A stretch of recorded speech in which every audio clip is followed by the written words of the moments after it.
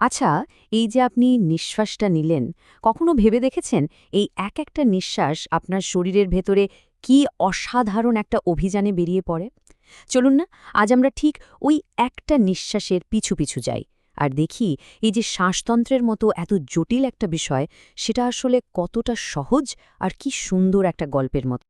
তো আমাদের এই পুরো যাত্রার শুরুটা হবে একদম সাধারণ একটা প্রশ্ন দিয়ে। কখনো কি মনে হয়েছে আমাদের প্রতিটা শ্বাস ঠিক কীরকম একটা জার্নি করে? চলুন আমরা একটা শ্বাসকে ফলো করে এর উত্তরটা খুঁজে বের করি। তাহলে চলুন গল্পের একেবারে গোড়া থেকে শুরু করা যাক।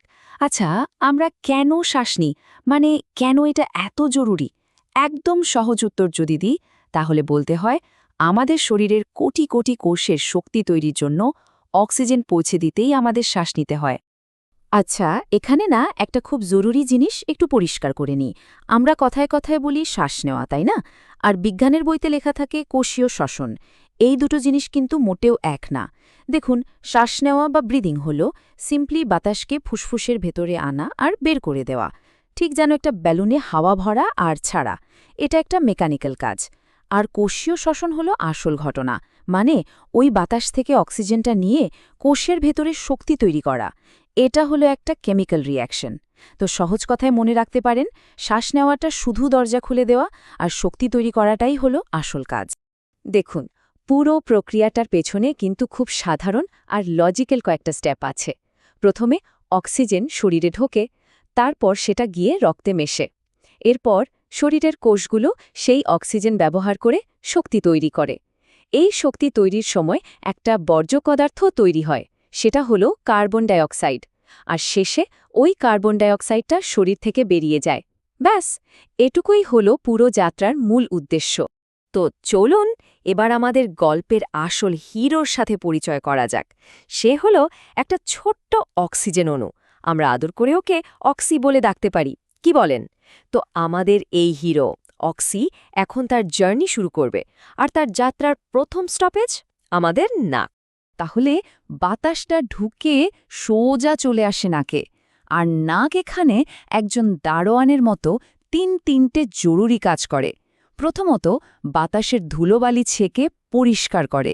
দ্বিতীয়ত, বাতাসটাকে আমাদের শরীরের তাপমাত্রার সাথে মিলিয়ে গরম করে। আর তৃতীয়ত, বাতাসটাকে একটু ভিজিয়ে বা আর্দ্র করে তোলে। তো মূল মন্ত্রটা হলো নাক ছাঁকে, গরম করে আর ভেজায়। নাক পার হয়ে বাতাসটা পৌঁছায় গলবিলে। এটা অনেকটা একটা চৌরাস্তার মতো, বুঝলেন? এখান দিয়ে খাবারও যায়, আবার বাতাসও যায়। এখানেই থাকে একজন স্পেশাল ট্রাফিক পুলিশ, যার নাম এপিগ্লটিস। এর কাজটা কিন্তু সাংঘাতিক গুরুত্বপূর্ণ। যখনই আমরা কিছু গিলে ফেলি, এই ছোট্ট ঢাকনাটার সাথে সাথে শ্বাসনালীকে ঢেকে দেয়। কেন? যাতে খাবার ভুল করে ফুসফুসের রাস্তায় চলে না যায়। এক কথায় বলতে গেলে এপিগ্লটিসই আমাদের বিষম খাওয়া থেকে বাঁচায়। এরপর বাতাস ঢোকে শ্বাসনালীতে, যাকে আমরা ট্রাকিয়াও বলি। এই ডিজাইনটা কিন্তু দারুণ। এখানে সি শেপের কার্টিলেজ বা তরুণাস্থির রিং থাকে, যা পাইপটাকে সবসময় খোলা রাখে, চুপসে যেতে দেয় না। আর এর ভেতরের দেয়ালে থাকে মিউকাস নামের একটা আঠালো জিনিস, যা বাকি ধুলোবালিকে আঠার মতো আটকে ফেলে। সবচেয়ে মজার ব্যাপারটা কি জানেন? এখানে আছে সিলিয়া, যা অনেকটা জাদুর এসকেলেটরের মতো কাজ করে। ওই যে আঠায় আটকে যাওয়া ময়লাগুলো, সেগুলোকে ঠেলে ঠেলে ওপরের দিকে পাঠিয়ে দেয়। শ্বাসনালীটা এরপর দুটো মেইন ব্রাঞ্চে ভাগ হয়ে যায়, অনেকটা গাছের ডালের মতো। এদেরকে বলে ব্রঙ্কাই। আর এই ব্রঙ্কাইগুলো ফুসফুসের ভেতরে ঢুকে আরও হাজার হাজার ছোট ছোট ডালপালা ছড়ায়, যেগুলোকে বলে ব্রঙ্কিওল। এই অসংখ্য সরু রাস্তায় বাতাসকে তার ফাইনাল ডেস্টিনেশনের দিকে নিয়ে যায়। আমাদের অক্সি একটা লম্বা পথ পাড়ি দিয়ে শেষমেশ তার আসল ডেস্টিনেশনে এসে পৌঁছেছে। এই জায়গার নাম হল অ্যালভিওলাই, বা সোজা বাংলায় বায়ুথলি। আর এখানে কিন্তু সেই আসল ম্যাজিকটা হবে, মানে গ্যাসের আদান প্রদান। অ্যালভিওলাইকে গ্যাস বিনিময়ের জন্য একদম পারফেক্টলি ডিজাইন করা হয়েছে। কিভাবে? দেখুন, এর কয়েকটা অসাধারণ বৈশিষ্ট্য আছে। প্রথমত, এর সারফেস এরিয়া উঞ্চুম, ভাবুন তো, প্রায় একটা টেনিস কোর্টের সমান।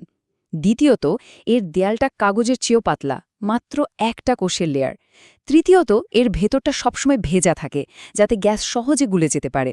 চতুর্থত, এটাকে জালের মতো ঘিরে রাখে লক্ষ লক্ষ রক্তনালী। আর সবশেষে এর মধ্যে ইলাস্টিক ফাইবার আছে, যা শ্বাস ছাড়ার সময় এটাকে আগের আকারে ফিরে আসতে সাহায্য করে। তো মূল কথাটা হলো অ্যালভিওলাই পাতলা, ভেজা, বিশাল আর রক্তে ভরপুর।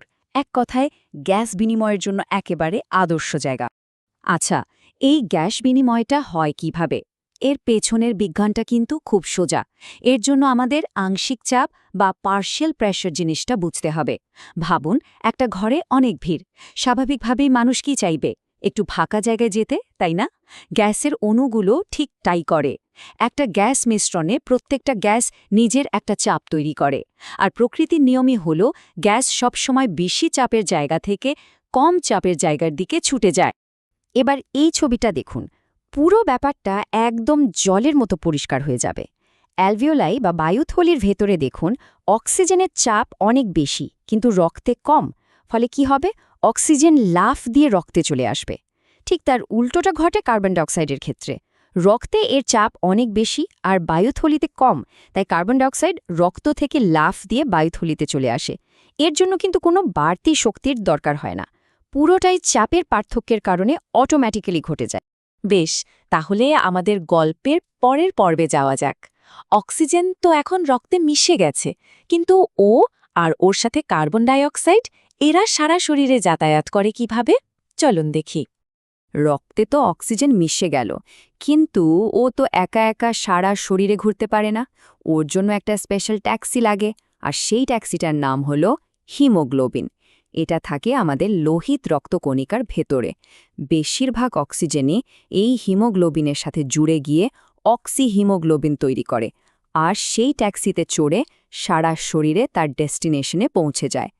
তাহলে মনে রাখার জন্য সবচেয়ে সহজ উপায় হল হিমোগ্লোবিন হল অক্সিজেনের ভিআইপি ট্যাক্সি। আর কার্বন ডাইঅক্সাইড কিভাবে ফেরে? দেখুন, এর ফেরার জন্য মূলত 3টে রাস্তা আছে। এই চারটা দেখলেই বুঝবেন। সবচেয়ে বেশি মানে প্রায় 70% কার্বন ডাইঅক্সাইড বাইকার্বনেট আয়ন হিসেবে রক্তরসের সাথে মিশে যাতায়াত করে। এখন প্রশ্ন আসতে পারে, কার্বন ডাইঅক্সাইড কেন এমন ভোল পাল্টে যাতায়াত করে? কারণটা হলো, ও যদি সরাসরি যেত তাহলে আমাদের রক্তের অ্যাসিড বেস ব্যালেন্স নষ্ট হয়ে যেত। তাই আমাদের শরীর খুব চালাক, সে কার্বন ডাইঅক্সাইডকে বাইকার্বনেটে বদলে দেয়, যাতে ওটা কোনো ক্ষতি না করে শান্তশিষ্টভাবে ভ্রমণ করতে পারে। আবার যখন ফুসফুসের কাছে ফেরে তখন ওটা আগের রূপে মানে কার্বন ডাইঅক্সাইডে পরিণত হয় আর নিঃশ্বাসের সাথে বেরিয়ে যায়। তো মূল কথাটা কি? কার্বন ডাইঅক্সাইড ছদ্মবেশে ভ্রমণ করে, আর সেই ছদ্মবেশটাই হলে বাইকার্বনেট। আমরা গ্যাসের এই অসাধারণ যাত্রাটা তো দেখলাম, কিন্তু এই যে বাতাস ফুসফুসের ভেতরে ঢুকছে আর বেরোচ্ছে, এই পুরো ইঞ্জিনটা চালায় কে? চলুন এবার সেটাই জেনে নিই। শ্বাস নেওয়া আর ছাড়ার পুরো ব্যাপারটা কিন্তু একটা ছন্দের মতো চলে। যখন আমরা শ্বাস নিই তখন আমাদের ডায়াফ্রাম বা মধ্যচ্ছদা নামের পেশিটা শক্ত হয়ে নিচের দিকে নেমে যায়। ফলে বুকের খাঁচাটা ফুলে ওঠে, আয়তন বেড়ে যায় আর বাতাস হুড়মুড় করে ভেতরে ঢুকে পড়ে। আর যখন শ্বাস ছাড়ি তখন ঠিক উল্টোটা হয়। ডায়াফ্রামটা রিল্যাক্স করে গম্বুজের মতো ওপরের দিকে উঠে যায়, বুকের খাঁচাটা চুপসে যায়, আয়তন কমে আর বাতাস বেরিয়ে যায়। একদম সহজ হিসাব। শ্বাস নিলে আয়তন বাড়ে, শ্বাস ছাড়লে কমে। কিন্তু এই যে ছন্দটা, এটা কন্ট্রোল করে কে? আমরা কি ভেবেচিন্তে করি? একদমই না। এটা প্রায় পুরোটাই অটোম্যাটিক। আমাদের ব্রেনের একেবারে গোড়ায় মেডুলা অবলঙ্গাটা নামের একটা অংশ আছে, ওই হলো এর আসল কন্ট্রোলার। আর সবচেয়ে অবাক করার মতো তথ্যটা কি জানেন? আমাদের অনেকেরই ধারণা শরীরে অক্সিজেনের অভাব হলেই আমাদের ঘন ঘন শ্বাস নেওয়ার দরকার হয়। কিন্তু সত্যিটা হলো ব্যাপারটা ঠিক তা নয়। আমাদের ব্রেন মূলত রক্তে কার্বন ডাইঅক্সাইডের পরিমাণ মনিটর করে। যখনই দেখে যে কার্বন ডাইঅক্সাইড বেড়ে গেছে, তখনই ও শ্বাস-প্রশ্বাসের গতি বাড়িয়ে দেয়। তার মানে অক্সিজেন নয়, কার্বন ডাইঅক্সাইডই হলো আমাদের শ্বাসের আসল বস। আমাদের এই শ্বাসতন্ত্রটা সত্যি একটা অসাধারণ সিস্টেম, কিন্তু যখন এই মসৃণ পথের কোনো অংশে কোনো সমস্যা দেখা দেয় তখন কি হয়? চলুন খুব সংক্ষেপে একবার দেখে নেওয়া যাক। এই টেবিলে দেখুন কয়েকটা সাধারণ রোগের কথা বলা আছে, যেমন অ্যাজমায় কি হয়?